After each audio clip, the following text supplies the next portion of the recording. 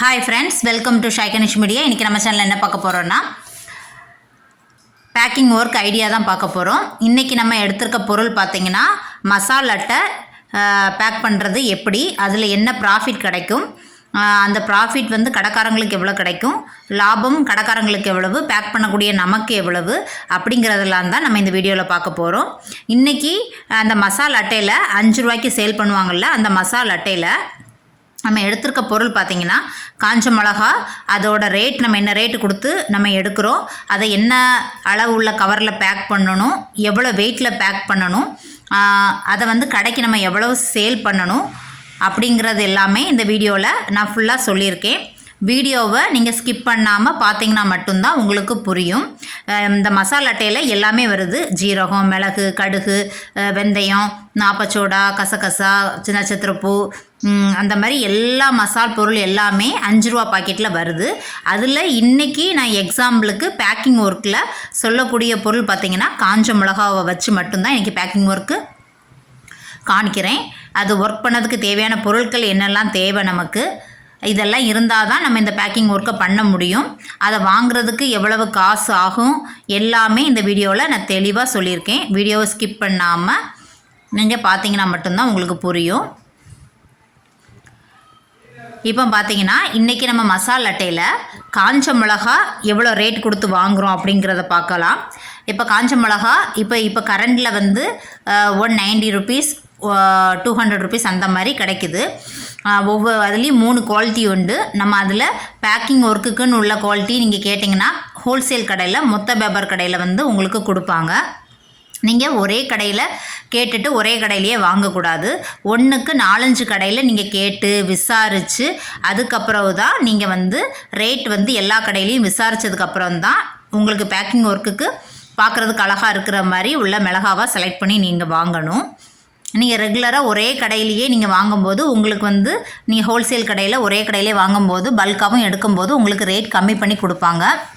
இப்போ வெளியே வீட்டுக்குன்னு தேவைக்கு வாங்கக்கூடியவங்களுக்கு இப்போ 200, 220 அந்த மாதிரி கொடுக்காங்களா, உங்களுக்கு 180 கூட போட்டு தரலாம் நீங்கள் ரெகுலராக வாங்கும்போது. இப்போ இன்றைக்கி நான் வாங்கியிருக்கக்கூடிய மிளகாவோட ரேட்டு பார்த்திங்கன்னா மழை சீசன் இருக்கிறதுனால இப்போ 200 ரேட்டுக்கு மாறிடுச்சு. இப்போ காஞ்ச மிளகா இப்போ நான் 200 ருபீஸ் 1 கேஜி வாங்கியிருக்கேன். எக்ஸாம்பிளுக்கு நான் உங்களுக்கு சொல்கிறேன். எக்ஸாம்பிளுக்கு இப்போ 200 ருபீஸ் வச்சு 1 கேஜி வாங்கியிருக்கேன்னா இதை வந்து நான் பேக் பண்ணக்கூடிய கவரோட அளவு பார்த்திங்கன்னா 5 கஞ்சு கவரில் தான் காஞ்ச மிளகா பேக் பண்ணணும். அந்த 5 கஞ்சு அளவில் நம்ம இந்த காஞ்ச மிளகாவை பேக் பண்ணணும். எவ்வளோ அளவு வச்சு பேக் பண்ணுவோம் அப்படின்னு பார்த்திங்கன்னா 10 கிராம், 9 to 10 கிராம் வச்சு நம்ம பேக் பண்ணுவோம். 10 கிராம் வச்சு நம்ம 1 கேஜி பேக் பண்ணும்போது நமக்கு எத்தனை பாக்கெட் கிடைக்கும் பார்த்திங்கன்னா 100 பாக்கெட்ஸ் கிடைக்குங்க.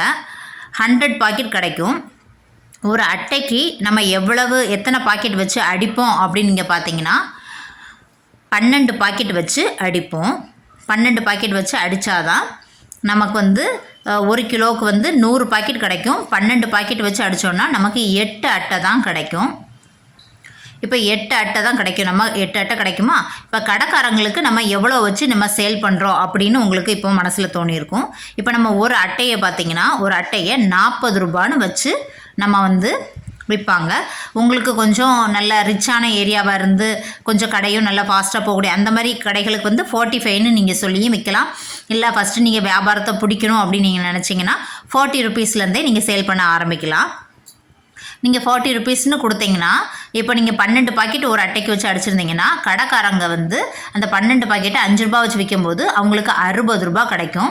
நம்ம 40 ருபீஸ்க்கு கொடுக்குறத அட்டையை வந்து அவங்க வந்து 60 ரூபாய்க்கு விற்பாங்க. அப்போ அவங்களுக்கு கிடைக்கக்கூடிய லாபத்தை பார்த்திங்கன்னா 20 ரூபா கடைக்காரங்களுக்கு கிடைக்கும். 40 ரூபா கொடுத்து வாங்கக்கூடிய பொருளை அவங்க விற்கும்போது அவங்களுக்கு 20 ரூபா லாபம் கிடைக்கும் ஒரு அட்டைக்கு மேலே. இப்போ நமக்கு என்ன ப்ராஃபிட் கிடைக்கும் அப்படின்னு நீங்கள் இப்போ உங்களுக்குள்ள கேள்வி நிறைய எழுந்திருக்கும். வீடியோவை ஸ்கிப் பண்ணாமல் பாருங்கள். நம்ம சேனலை ஃபஸ்ட் டைமாக பார்க்குறதா இருந்தால் சப்ஸ்கிரைப் பண்ணிவிட்டு பாருங்கள். இதை மாதிரி யூஸ்ஃபுல்லான வீடியோஸ் வந்து உங்களுக்கு நிறைய வந்துக்கிட்டே இருக்க போகுது நம்ம சேனலில். இப்போ இந்த மிளகா பேக் பண்ணதுக்கு இந்த 5 கஞ்சு கவர் தேவைங்க.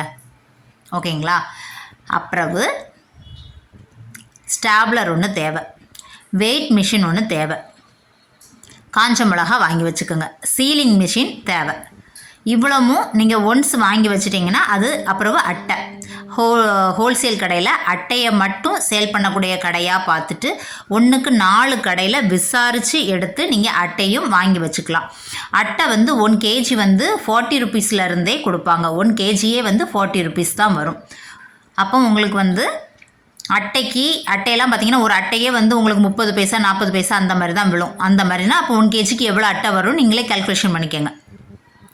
அதே மாதிரி கவரோட ரேட்டு 5 கவரோட ரேட்டு பார்த்தீங்கன்னா 170 ருபீஸ்.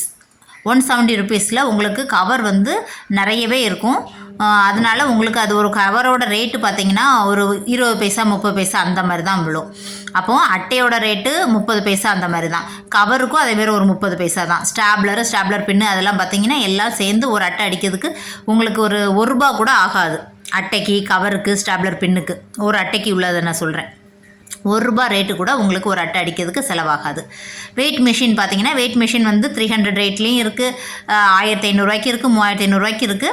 உங்களுக்கு இது வந்து வெயிட் கம்மியான பொருளை வெயிட் போடுறதுனால இந்த மாதிரி மிஷின் நான் உங்களுக்கு இன்றைக்கி வீடியோவில் காணிக்கிறேன். வெயிட் அதிகமான பொருளை வெயிட் போடுறதுக்குள்ள மிஷின் நான் அடுத்தடுத்த வீடியோவில் உங்களுக்கு காணிக்கிறேன். அந்த மாதிரி இப்போ நான் இந்த மாதிரி வெயிட் மிஷின் வச்சு வெயிட் போடுறதுக்கு இந்த மிஷினே போதும். இது பார்த்தீங்கன்னா 300ல் கிடைக்குது, 500 குவாலிட்டி கம்பெனி ஐட்டம் 1000க்குள்ளே வரைக்கும் கிடைக்குது. இப்போ சீலிங் மிஷின் வேணும்னு சொன்னேன். சீலிங் மிஷின் பார்த்தீங்கன்னா நான் உள்ளதுலேயே சின்ன சைஸ் சீலிங் மிஷின் தான் இப்போ நான் உங்கள் வீடியோவில் காணிச்சிட்ருக்கேன். அந்த மிஷின் பார்த்தீங்கன்னா 1200 ருபீஸ்லேருந்தே நீங்கள் வாங்கலாம். இதை விட நம்ம ரெடி பண்ணி வச்சிட்டோன்னா நம்ம ரெகுலராக இதை ஒன்ஸ் நம்ம மட்டும் ப்ராஃபிட் போட்டு இந்த மாதிரி weight machine, stapler, sealing machine, cover, அட்டை எல்லாம் ஒன்ஸ் நம்ம வாங்கி வச்சுட்டோன்னா அப்புறம் நம்ம வந்து பேக்கிங் பிஸ்னஸை வந்து ஆரம்பிச்சிடலாம். இதை பொருள்லாம் வாங்குறதுக்கு உங்களுக்கு வந்து கூடி போனால் ஒரு 3000 ருபீஸ்க்குள்ளே தான் செலவாகும். அந்த 3000 ருபீஸ் செலவாகிறத பார்க்காம நீங்கள் weight machine, sealing machine, stapler pin, அட்டை இது எல்லாமே வாங்கி வச்சிட்டிங்கன்னா இப்போ இந்த காஞ்ச மிளகாலாம் பார்த்தீங்கன்னா வெறும் 200 ருபீஸ் தான். 200 ருபீஸ்க்கு நீங்கள் வாங்கி நீங்கள் 10 கிராம் வச்சு 8 அட்டை நீங்கள் அடிக்கும்போது நீங்கள் 40 ரூபா வச்சு சேல் பண்ணும்போது 1 கிலோவுக்கு மேலே நீங்கள் வந்து 8 இன்ச்சு 40ன்னு போட்டிங்கன்னா 320 ரூபா கிடைக்கும். 320 ரூபா. நான் எதுக்கெல்லாம் அந்த 200 கொடுத்து வாங்கினதுக்கு மேலே வந்து நமக்கு 120 ரூபா கிடைக்கும். அந்த 120 ரூபாயில் 20 ரூபாயை நான் மைனஸ் பண்ணிடுறேன்.